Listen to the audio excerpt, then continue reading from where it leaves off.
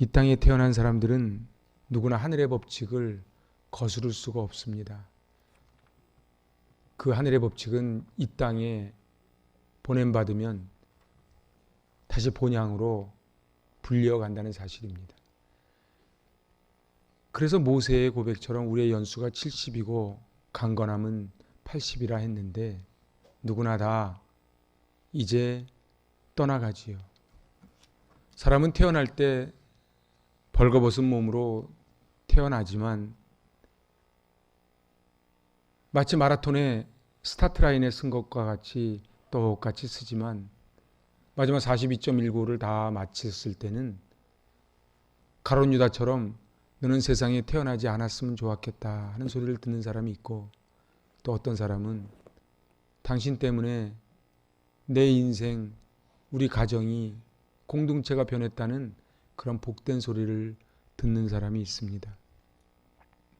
사람마다 죽어가며 마지막 유언을 남깁니다. 제가 좋아하는 영국의 경험론의 큰 별인 토마스 홉스가 마지막 죽으면서 이렇게 말합니다. 이제 나의 마지막 여행을 떠나려고 한다. 천상병 시인의 말처럼 이제 소풍을 왔다가 이제 떠나가는 거지요. 아우구스투스는 이렇게 말합니다. 내가 내 인생의 배역을 잘 했더냐? 그럼 박수를 쳐다오. 여러분 어떠십니까? 여러분 각자에 다 배역이 있습니다. 그래서 우리는 호칭이 많습니다. 남편, 아내, 아빠, 자녀, 그리고 우리 직분으로 불려지기도 하지요. 그런데 각자 맡은 배역을 얼마나 잘 했는가. 우린 지나간 삶을 돌아보며 참 후회되는 것도 참 많이 있습니다. 근데 어떤 인생이 복된 인생인가? 지나간 실수를 반면교사 삼아서 앞으로 나아갈 방향을 잡는 게 지혜로운 인생입니다. 제일 미련한 인생이 어떤 인생인가? 그 실수를 계속 반복하는 거예요.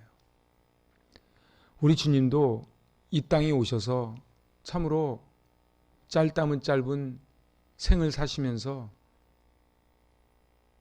가르치시고 고치시고 복음 전파하시는 삼중사역을 이루시며 열심히 사시다가 이제 마지막 부활 후 갈릴리 호수에서 제자들을 만나 마지막 주신 말씀이 오늘 본문의 말씀입니다.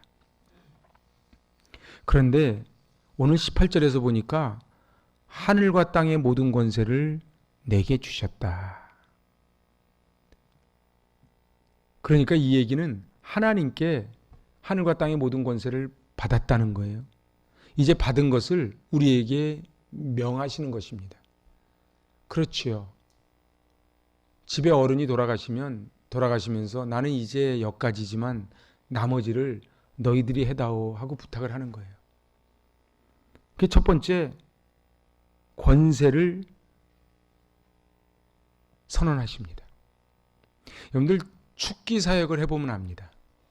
귀신이요. 얼마나 간교하게 우리를 파고드는지는 몰라요. 사실은 지난주도 뉴스 보니 그 유명 연예인이 마약 혐의로 또 수사받고 있다 그래요. 근데 어떻게 마약만 그렇겠습니까? 태국은 가니까 대마초를 양념으로 해서 넣는다 그러더라고요. 다 허락을 받았대요.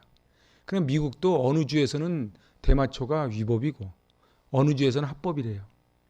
하지만 우리네 인생이 어찌 마약만 그러겠습니까?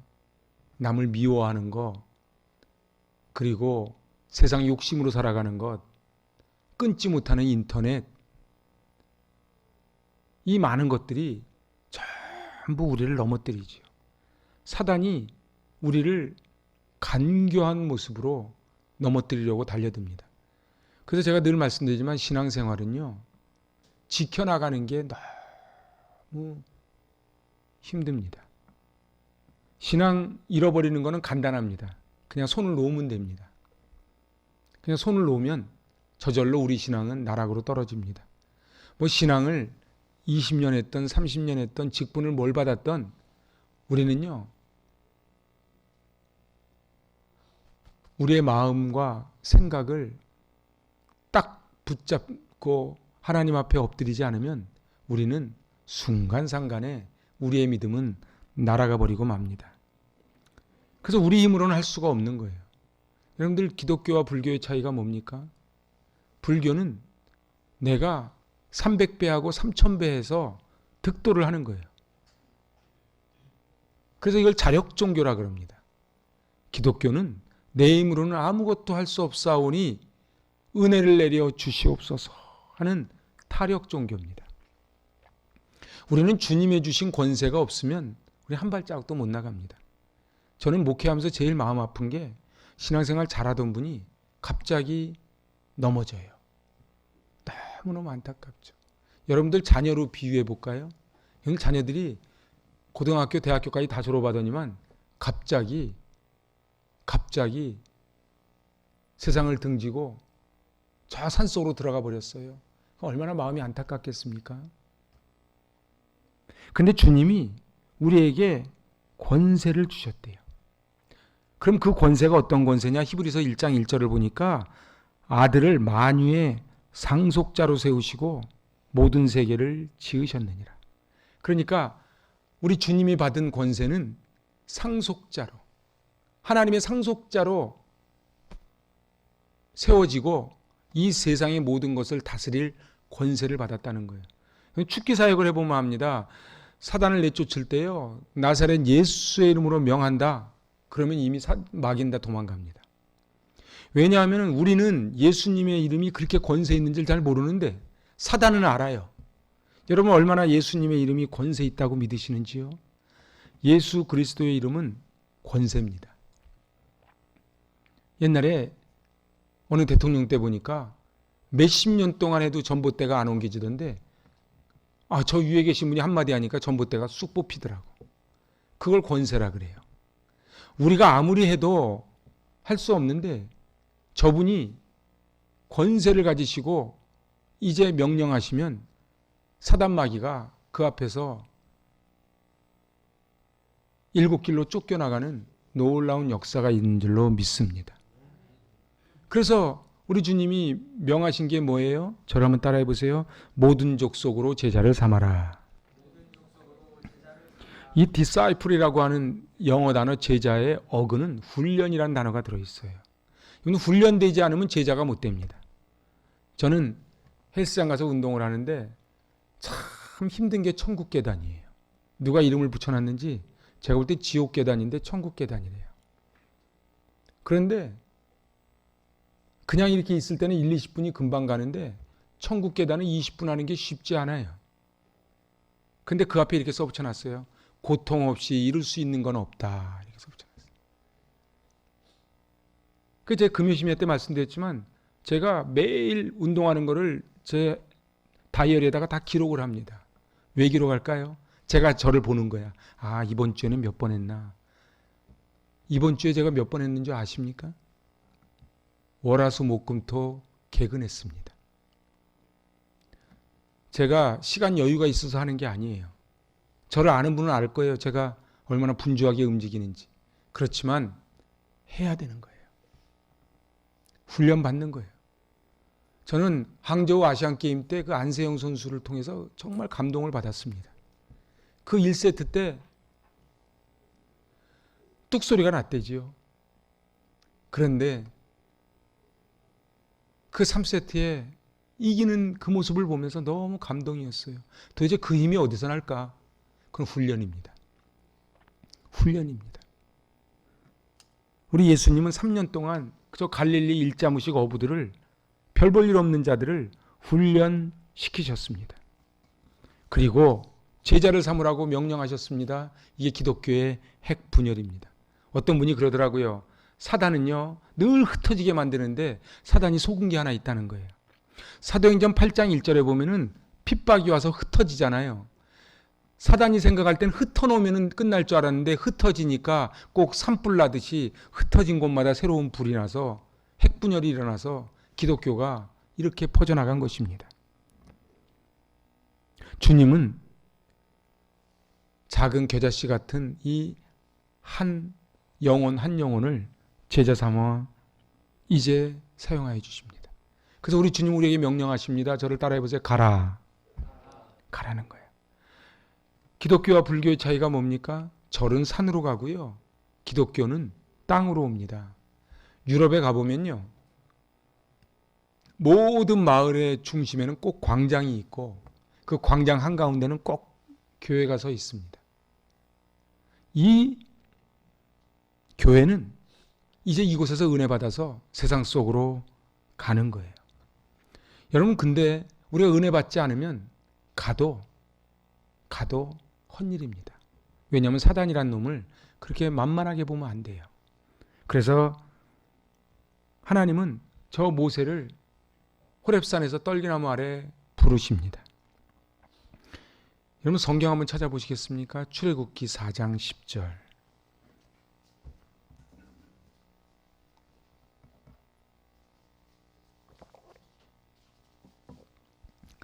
하나님이 모세에게 이렇게 명령하십니다. 10절입니다. 모세가 여호와께 아뢰되 오 주여 나는 본래 말을 잘하지 못하는 자니이다. 주께서 주의 종에게 명령하신 후에도 역시 그러하니 나는 입이 뻣뻣하고 혀가 둔한 자니이다. 하나님이 모세를 80세에 부르시니까 모세가 뭐라고요? 나는 입이 뻣뻣하고 혀가 둔합니다. 본래 말을 잘하지 못합니다. 우리식으로 말하면 뭐예요? 하나님이 우리에게 뭐를 명령하셨는데 저는 못합니다. 그런데 11절 12절 우리 11절이 너무 은혜가 돼요. 11절 같이 읽습니다. 여호와께서 그에게 이르시되 누가 사람의 입을 지었느냐? 누가 말 못하는 자나 못 듣는 자나 눈 밝은 자나 맹인이 되게 하였느냐? 나 여호와가 아니냐? 내가 누군지 아느냐? 우리 아이한테 심부름 시키니까 자기가 능력이 없대요. 그러니까 엄마 아빠가 시킬 때는 그만한 능력을 줬다는 사실을 왜 모르느냐? 이렇게 이야기하는 거예요. 그래서 하나님의 명령입니다. 12절입니다. 이제 가라. 내가 내 입과 함께 있어서 할 말을 가르치리라. 아멘. 전도를 해보면 압니다. 신방을 가보면 압니다. 어느 때는요. 어떻게 위로해야 될지 무슨 말을 해야 될지 모르는데 기도하고 가면 하나님이 할 말을 가르쳐 주세요. 전도도 그렇습니다. 여러분들 모르는 분에게 가가지고 말을 건다는 게 보통 어려운 게 아닙니다. 한번 엘리베이터에서 한번 연습 한번 해보세요. 엘리베이터에서 내려오면서 모르는 분하고 탔어요. 저쪽을 쳐다보고 있는데 안녕하셨어요. 요즘 날씨 추운데 어떻게 주무셨어요? 그러면은 상대방이 뭐라 그래요? 이게 미쳤나? 나한테 왜 말을 거나? 우리는요 친한 사람들끼리는 그렇게 떠들다가요 모르는 사람 만나면 잘 말을 안 해요. 그런데요 요즘 노방정도 나가서 모르는 사람한테 복음을 전한다는 게 쉽지 않습니다. 그래서 우리는 뭐라 그래요? 모세처럼 입이 뻣뻣합니다. 입이 둔합니다. 하나님 뭐라 그래요? 누가 너 보고 하래. 내가 너에게 할 말을 가르쳐 주겠다. 그런데요 이거를 경험하지 않은 사람은 하나님이 나와 동행하시는 능력을 경험을 못합니다. 하나님은 요단강이 갈라진 다음에 걸어 들어가지 않아요. 근데 우리 하나님하고 자꾸 딜을 해요. 하나님 요단강을 갈라놔 주세요. 제가 걸어 들어갈게요. 하나님 돈을 좀 주세요. 그럼 제가 전도할게요. 근데 하나님 반대로 말씀하세요. 전도해라. 그럼 내가 능력을 주겠다. 요단강에 발을 디디는데 성경은 여호수아 3장에 뭐라고 써져 있어요? 몸에 거두는 식이라고 써져 있어요. 몸에 거두는 식이라는 게 뭐예요? 물이 한 길이 넘었다는 얘기예요. 그 한 길이 넘는데 하나님이 건너라 하니까 발을 내디딘 거예요. 우리 인생은 제가 볼 때 죽을 때까지 이 싸움이에요. 내 머리로 살 것인지 하나님이 가라 하셨을 때 발을 내디딜 것인지. 교회는 우리끼리 모여서 재밌게 지내는 유람선이 아닙니다. 세상 속으로 나아가 주님을 알지 못하는 이들에게 복음을 전하는 구원 방주입니다. 제가 지난주에 에스겔 33장을 통해서 파수꾼 이야기를 했습니다. 파수꾼이 나팔을 준 거는 이거 가지고 장난치라고 나팔을 준 게 아니에요. 적들이 쳐들어왔을 때 나팔을 부르라고 이 나팔을 줬는데 성경에 뭐라고 무섭게 써져 있어요? 네가 나팔을 불지 않으면 뺏어버리겠다는 거예요. 하나님이요, 우리에게 달란트를 주시고 물질을 주시고 건강을 주셨는데 그걸 하나님이 왜 주셨다고 생각합니까? 여러분들 우리나라가 얼마나 잘 사는 나라인지 잘 모르십니까? 우리나라 정말 잘 사는 나라입니다. 아무리 살기 어렵다 그래도 요즘은 다 그래도 자가용 타고 다니지요. 그래도 냉장고 문을 열면 우유 있어요. 건강을 생각해서 안 먹는 수는 있어도 없어서 못 먹지는 않아요.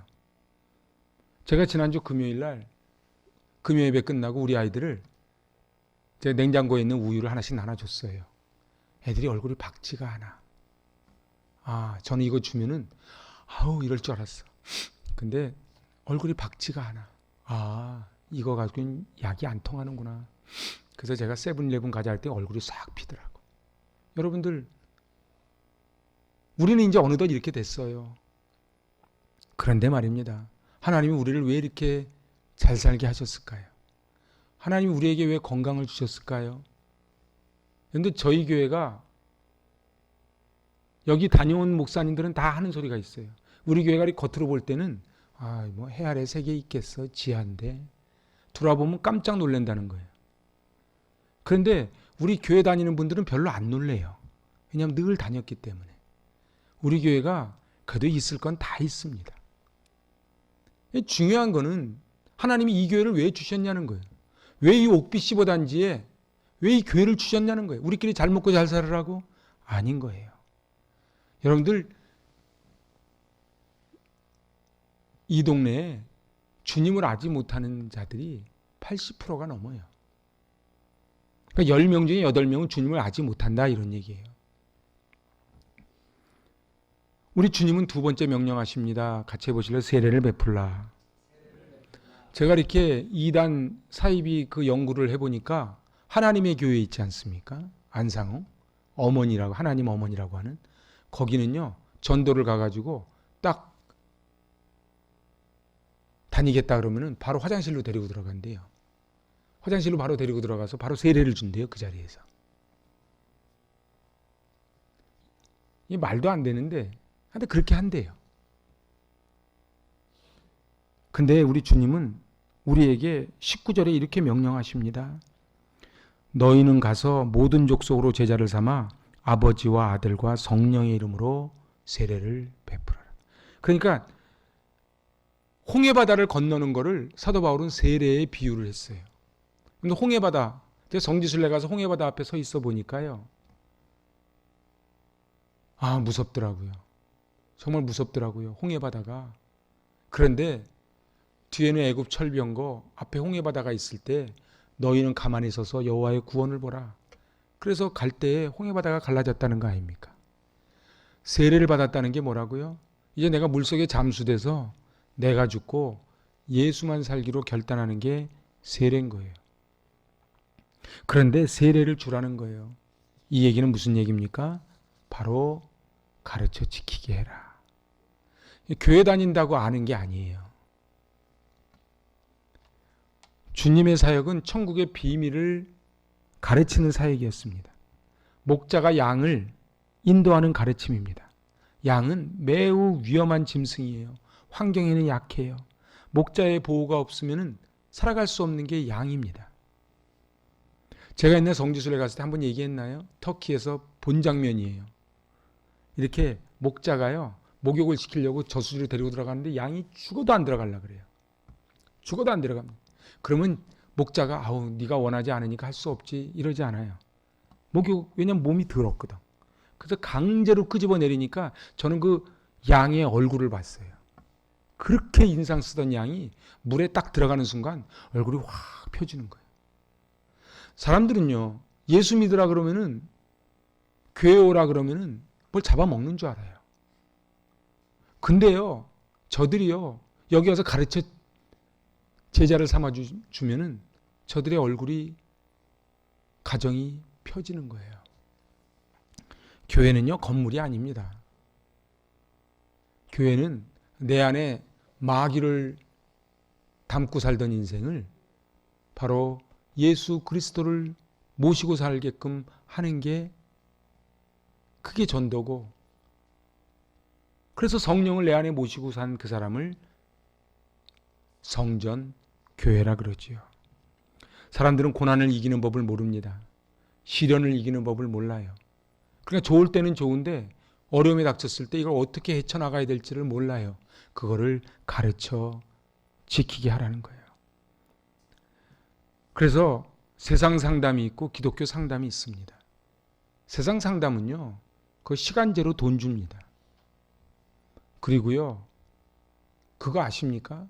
정신과 상담해 주는 분들이 정신과 치료를 받는다는 거를. 그분들도 환자들을 계속 대하니까 자기도 돌아버리는 거예요. 그래서 또 약을 또 먹는 거예요. 그런데 기독교 상담은 그러지 않아요. 기독교 상담은 기본 출발이 나는 아무것도 못합니다. 하나님이 해주십니다.